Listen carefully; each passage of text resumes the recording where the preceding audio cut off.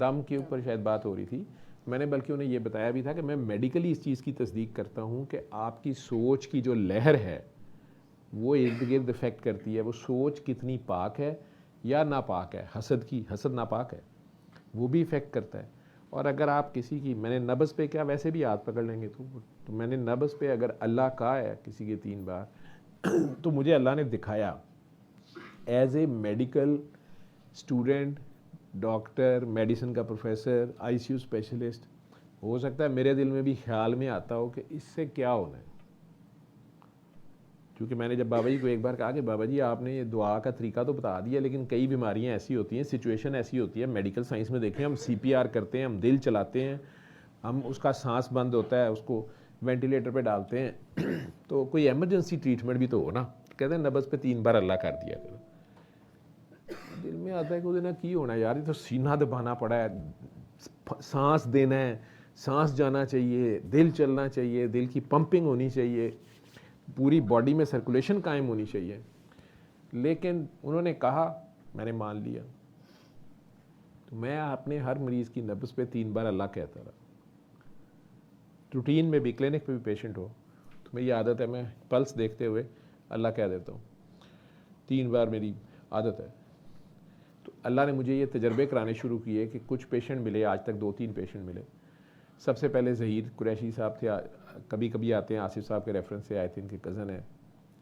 उन्होंने चीख मार दी, मैं बड़ा हैरान हुआ कि वैसे ही निकल गई है इनकी। उन्हें क्या पता मैंने दिल में अल्लाह का है, क्योंकि मैं ज़ुबान तो हिलाता नहीं, और ख्याल में, और उनके ख्याल में मैंने पूरा मिनट पल्स देखनी है, काउंट करनी है, उसका करेक्टर देखना होता है, उसकी वॉल्यूम देखना, बहुत सी चीज़ें देखनी होती हैं डॉक्टर ने। तो मैं तो अपने ध्यान में वो देख रहा होता हूँ। उसमें फ़र्स्ट 30 सेकंड देखने के बाद मैं अगले टाइम पे, जब मरीज़ समझ रहा होता है कि डॉक्टर साहब नब्ज़ देख रहे हैं, तो मैंने अपने दिल में अल्लाह कह देना होता है। कई मरीज़ों पे शुरू में ही हो जाता है। और एक दूसरा मरीज़ मिला जो बाद में, वो बेहोश था, तो वो उस हालत में उसको जब झटके लगे तो मैं हैरान हुआ कि ये क्या हुआ। तीसरी, वो डॉक्टर साहब पिछले दिनों जो आई हुई थी, तो उनको झटके लगते थे, अगर वो आपने देखा ही था, वो उनके अपने मियाँ को शुरू हो जाते थे दूर से ही। तो पहली बार जब ये तजर्बा हो तो मुझे पता चला, मेरी अकल, खोपड़ी, मेरा इल्म, महदूद इल्म जो था, उसके ऊपर एक नई बात पता चली कि नहीं, कोई बात है, कुछ होता है।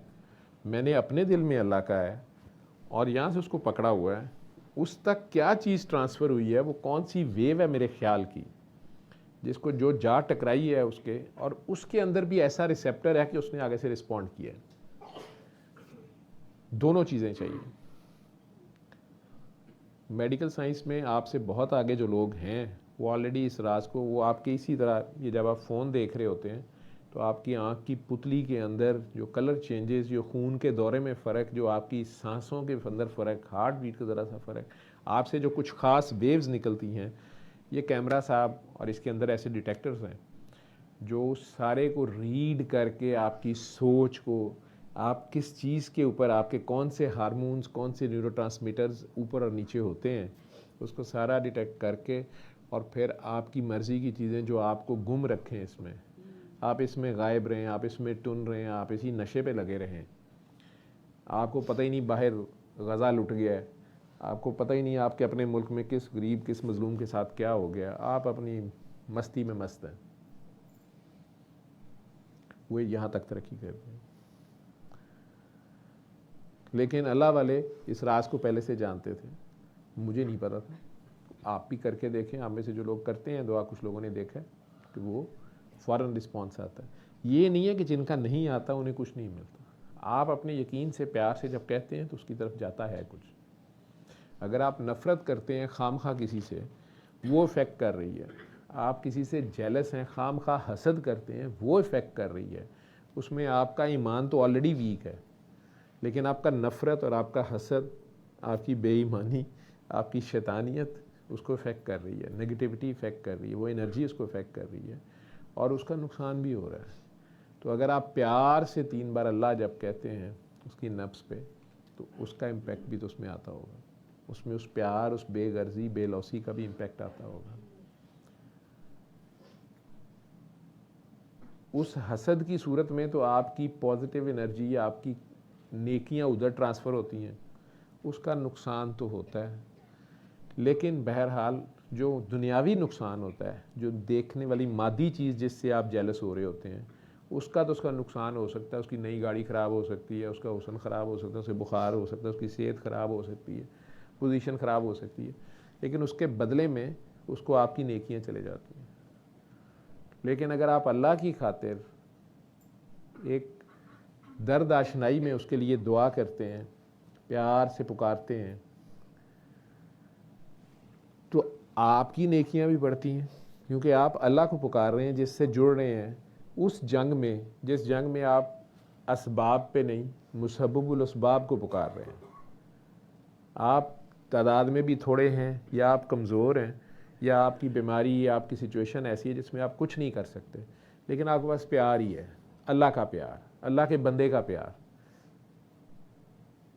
और उस प्यार से आप उसको पुकार रहे हैं इस यकीन से कि इसकी भी मदद हो जाएगी, तो उसकी तकलीफ़ में कमी का बायस बनते हैं। इसलिए आप में से कईयों की थोड़ी देर के लिए वही सर दर्द जो उसको हो रही थी, वही दर्द जो उसके जिस्म का कोई हिस्सा सुन था, वो आपको थोड़ी देर को फील होता है। या उस तरह की सिचुएशन, कई बार काकियाँ तो बहुत ही वहम करती हैं, सर उसकी मियाँ बीवी की सुलह हो गई है, मेरी और मेरे खामन की लड़ाई हो गई है।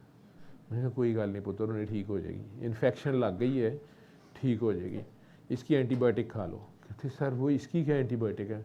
मैं क्या, आप मियाँ से जाके कहो को जिया तू बड़ा सोना है, कुछ ही कर लो। नहीं सर मैं नहीं इसको छोड़ूंगी, ये हमेशा ऐसा ही करता है। मैं कहा ये तो बीमारी अभी बहुत ज़ोर पे है, इन्फेक्शन ज़्यादा लग गई है। वो भी इसी तरह अकड़ी हुई थी। जी सर।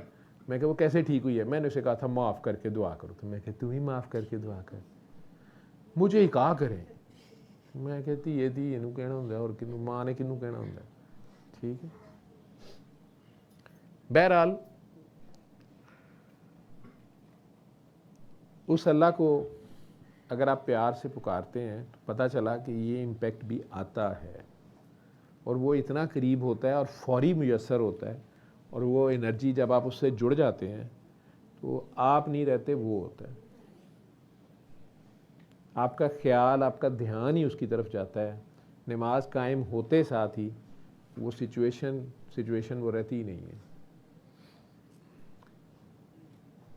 मादी तौर पे चाहे दुश्मन की आगे से हसद है, कुछ है, आप उड़ भी गए या आप शहीद भी हो गए, तो फ़ायदा ही फ़ायदा है, अल्लाह के गले लग के गए हो, आगे भी मौजे ही मौजे हैं।